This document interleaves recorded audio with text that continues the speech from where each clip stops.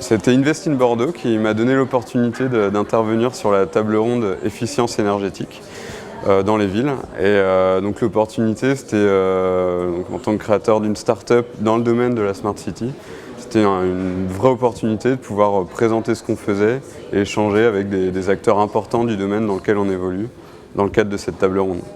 Alors cette start-up, en quelques mots, vous pourriez me dire justement ce que vous développez?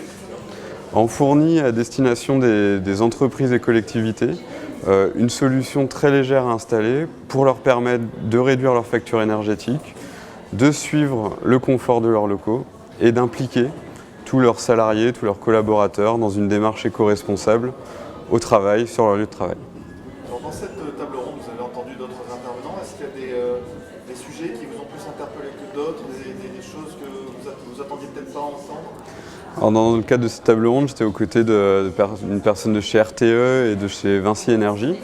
Ce qui m'a le plus interpellé, c'est que donc RTE, qui gère vraiment le côté réseau électrique, c'est que même pour un énorme acteur du monde des réseaux électriques, c'est une vraie question pour eux, pour tout ce qui est usage énergétique, ce qui est comment utiliser l'énergie dans le monde du bâtiment, enfin vraiment au sein du bâtiment, que ce soit pour les entreprises ou pour des particuliers.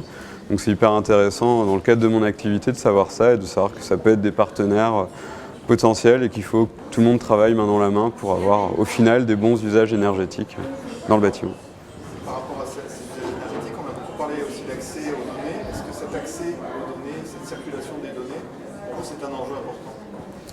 C'est effectivement, enfin, sans données, on ne pourra pas faire suivre les consommations d'un bâtiment, l'optimiser, réduire les factures. Donc ce qu'on propose quand même à destination des bâtiments où il n'y a pas de données, c'est des capteurs sans fil simples à installer pour permettre de récupérer ces données-là. Donc ça permet d'avoir accès à données de ces bâtiments. Et si un bâtiment est déjà équipé de solutions qui donnent des données énergétiques ou de confort, alors on peut s'y connecter. Mais effectivement, l'accès aux données est une vraie problématique. Et ce qu'on propose, c'est quand il n'y a pas de données, c'est de fournir les capteurs qui permettent de générer ces données.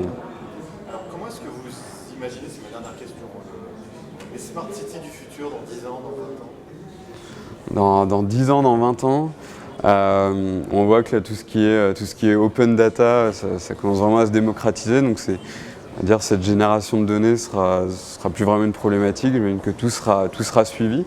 Mais il y a encore beaucoup d'enjeux sur quels usages on va pouvoir faire autour de ces données-là.